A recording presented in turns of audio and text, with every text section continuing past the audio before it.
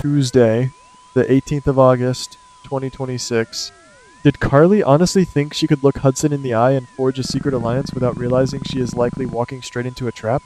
If you ask me, the upcoming events are setting the stage for a dangerous stalemate, and I am utterly captivated by the sheer audacity of these characters. We are not just looking at family squabbles or corporate disagreements anymore, guys. We are looking at a psychological chessboard where every single pawn is armed and ready to strike. The tension brewing in town right now feels like a ticking time bomb, and the absolute worst consequence of these hidden agendas is bound to bring unforeseen fallout for everyone involved. Carly might believe she is the mastermind pulling the strings to save her daughter, but I strongly suspect she is completely blind to the ulterior motive. Hudson is hiding behind his polished, executive exterior. When you look at the current landscape of the canvas, it looks like a dangerous stalemate where no one is willing to show their true hand, and every smile masks a hidden dagger. I do not think for one second that the events unfolding right now are simply about romance, family, loyalty, or business acquisition. This implies that there is a much darker, calculated move being orchestrated from the shadows by individuals who thrive on chaos. Carly and Hudson are suddenly acting like thick as thieves allies, which immediately raises my analytical red flags to the highest possible level. If you ask me, Carly is operating purely on a psychological motive to rip Jocelyn away from the dangerous clutches of the covert intelligence agency. However, teaming up with a mysterious corporate shark like Hudson is an absolute recipe for shattered trust. I suspect that instead of a mere coincidence, these two have stumbled upon a massive, looming threat connected to Jocelyn and her dangerous new career path. Carly is desperately trying to pull her daughter out of the line of fire, but she might be inadvertently handing Jocelyn over to an even bigger wolf in sheep's clothing. Let us take a closer, highly critical look at Hudson. He arrives in town, completely shrouded in mystery, and immediately inserts himself into the highest levels of corporate power, casually offering Jocelyn the keys to the kingdom. If you ask me, Hudson knows significantly more than he is letting on, and his charming demeanor is nothing but a carefully constructed facade. Could it be that Hudson is actually using Carly's maternal desperation as a weapon against her? Carly is known for her fierce, protective instincts, but her blind spot has always been her children, making her incredibly vulnerable to manipulation. I strongly suspect that Carly has absolutely no idea whose side Hudson is truly on. He could very well be an operative himself, or perhaps someone with a deeply rooted vendetta against the agency Jocelyn works for. This calculated move to align with Carly gives him unprecedented access to the family's inner workings. The unforeseen fallout of this alliance could leave Carly completely isolated when she finally realizes that she has invited the ultimate enemy right into her living room. Meanwhile, Jocelyn is desperately trying to navigate her own chaotic web, turning to Michael to run the corporate empire she just proudly rejected. But if you have been watching Michael's evolution over the years, you know that his psychological motive is deeply tied to control, leverage, and asserting his dominance. I highly doubt Michael is going to take on this massive responsibility out of the goodness of his heart or out of pure brotherly love. It looks like Michael is going to transform his sister's desperate plea for help into a ruthless, cold-blooded negotiation. I suspect he will demand something that Jocelyn cannot easily refuse, backing her into a terrifying corner. Could it be that Michael wants Jocelyn to confess the entire truth about her covert intelligence work, stripping away all her protective layers? Or perhaps he wants total, unmitigated control over a vital division of the company to expand his own empire? If you ask me, this brother-sister dynamic is about to morph into a high-stakes bargaining session filled with shattered trust and deeply hidden resentments. The underlying tension between Jocelyn and Michael is palpable, and it feels like a powder keg waiting for a single spark. Michael has been flexing his newfound ruthless streak lately, and exploiting his sister's desperation would be a perfectly calculated move for him right now.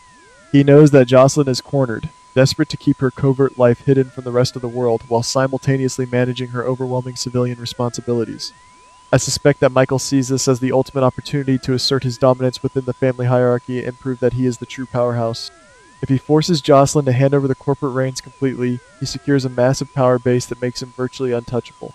The unforeseen fallout here is that Jocelyn might deeply resent him for exploiting her vulnerability, leading to a permanent, irreparable fracture in their sibling bond. You have to wonder if Michael's ulterior motive is simply corporate greed, or if he secretly wants to sabotage Jocelyn's dangerous career by exposing her secrets to the wrong people. When we shift our analytical lens over to the sprawling estate of the wealthy elite, the tension is reaching an absolute boiling point that threatens to scorch everyone in its vicinity. Brooklyn is completely justified in her fiery outrage over Willow moving back into the estate's gatehouse, a decision that reeks of blatant manipulation. But if you ask me, Brooklyn's fury is not just about territorial disputes over real estate.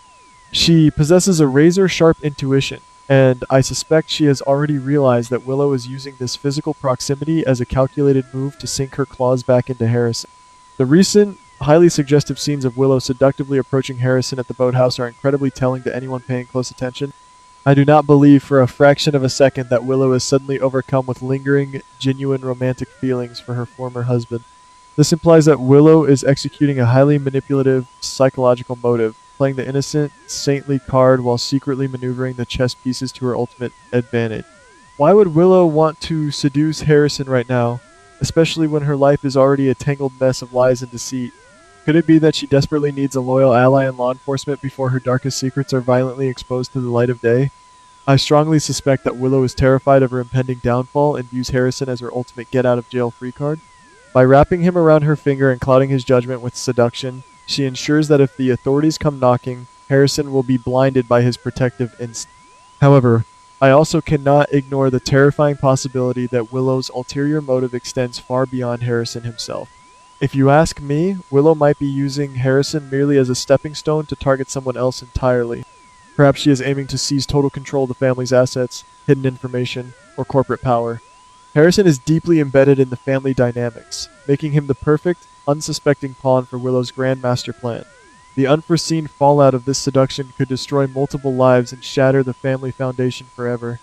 Of course, Brooklyn is not one to sit back and watch her life be dismantled by an opportunistic, scheming rival. I suspect that Brooklyn is going to launch a full-scale, relentless investigation into Willow's hidden agenda. Brooklyn knows exactly how to play dirty, and seeing Willow brazenly flaunt herself at the boathouse is going to push her completely over the edge of reason. It looks like Brooklyn will stop at nothing to uncover the shattered trust and deceit that Willow is trailing behind her like a dark cloud. If Brooklyn manages to connect the dots regarding Willow's true intentions, we are going to witness an explosive confrontation that could tear the entire family apart in a spectacular fashion. I highly doubt Willow is prepared for the sheer force of Brooklyn's vengeance, especially when Brooklyn realizes that her own husband is being used as a pawn in a much larger, sinister game of power and survival. Now, let us pivot to the incredibly dangerous and heart-pounding situation brewing for Lucas and Joe. These two have been growing closer, sharing quiet moments, and building a genuine, beautiful connection. But if you ask me, this blossoming romance is about to violently collide with a deadly ghost from the past. Jens has escaped his confinement, and he is a man driven by a singular, terrifying psychological motive: pure, unadulterated revenge. I suspect that Jens's wrath is directly tied to the tragic fate of his late son, Marco. The history there is soaked in betrayal, and I believe Jens holds Lucas entirely responsible for Marco's untimely demise. Jens is not just going to send a polite warning or a threatening letter, he is going to orchestrate a calculated move to inflict maximum psychological and physical pain on the man who wronged his flesh and blood. Imagine the chilling scenario where Jens, lurking in the shadows like a predator, witnesses Lucas and Joe sharing an intimate, romantic moment. For a grieving, vengeful father like Jens, seeing the man who supposedly betrayed Marco finding happiness in love with another man would be the ultimate, unforgivable insult. I suspect this visual will trigger a violent, explosive reaction that no one can predict. Jens will undoubtedly want to destroy both Lucas and Joe, turning their newfound affection into a deadly vulnerability. Could it be that Joe's professional investigations have already brought him dangerously close to Jens's orbit without him even realizing it? If Joe discovers that Lucas is intimately connected to the very criminal mastermind he is hunting, their relationship will face a brutal test of shattered trust. I highly doubt they are prepared for the unforeseen fallout of Jens's wrath, which threatens to turn their romantic sanctuary into a bloody, devastating battlefield. Meanwhile, the corporate warfare at the cosmetics company is escalating to unprecedented cutthroat levels. Serena is no longer playing the role of the compliant, supportive daughter who blindly follows orders. She is actively pushing back, and if you ask me, Serena is finally waking up to the harsh reality that Lucy has been feeding her a carefully constructed narrative of half-truths and manipulative lies. Lucy has always operated with an ulterior motive, manipulating everyone around her to maintain her iron grip on power and wealth. I suspect that Serena has realized the corporate game has spiraled completely out of control, and she refuses to be collateral damage. It looks like Serena is preparing her own calculated move, secretly plotting a vicious counterattack that will completely blindside Lucy. The psychological motive here is fascinating. Serena wants to protect the company's legacy, but she might have to entirely destroy Lucy's empire to save it. The shattered trust between these two fierce women is going to create shockwaves throughout the entire corporate landscape. This brings us to a massive, game-changing fork in the road for the future of our favorite town, guys. Let us break down scenario A. In this timeline, it looks like the Puppet Masters successfully execute their grand illusions without a single hitch. Carly continues to trust Hudson, completely unaware that he is feeding her false intelligence to isolate Jocelyn from her agency protectors. Michael successfully blackmails his sister, seizing total control of the corporate assets and leaving Jocelyn entirely at his mercy. Over at the estate, Willow's calculated move works flawlessly. She seduces Harrison, completely blinding him to her criminal secrets and leaving Brooke Lynn screaming into the void, unable to prove Willow's deceit. In this scenario, the villains and manipulators win, and Jens manages to ambush Lucas and Joe, leaving them fighting for their lives in a tragic, unforeseen fallout that rocks the town to its absolute core. But then we have scenario B, which, if you ask me, is far more compelling for us analytical viewers who love a good twist. Could it be that the targets are secretly one step ahead of their tormentors? In this timeline, this implies that Jocelyn anticipates Michael's extortion attempt and feeds him a poisoned chalice of a company, completely undermining his arrogant power grab. Carly, realizing Hudson's ulterior motive through a tiny slip-up, sets a brilliant trap of her own, using his arrogance against him. Meanwhile, Brooke Lynn refuses to be a victim and systematically dismantles Willow's saintly facade, exposing the boathouse seduction for the desperate manipulation it truly is, shattering Harrison's illusions forever. And as for Lucas and Joe, perhaps Joe's investigative instincts kick in just in time, turning Jens's impending ambush into a reverse trap that finally puts the vengeful father behind bars for good. Serena, in a brilliant calculated move, publicly ousts Lucy, taking the corporate crown for herself. The beauty of this dramatic landscape right now is the sheer unpredictability of these intersecting, chaotic storylines. We are watching an absolute masterclass in deception, where every smile hides a dagger and every alliance is built on a fragile foundation of shattered trust.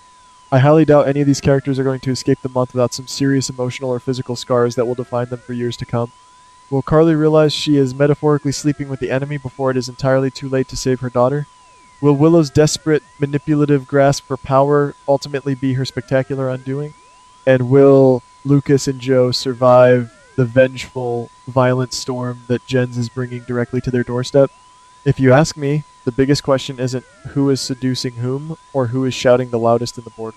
The real question is, who is the ultimate puppet master secretly manipulating this entire board from the shadows, and what will they do when the pawns finally decide to fight back?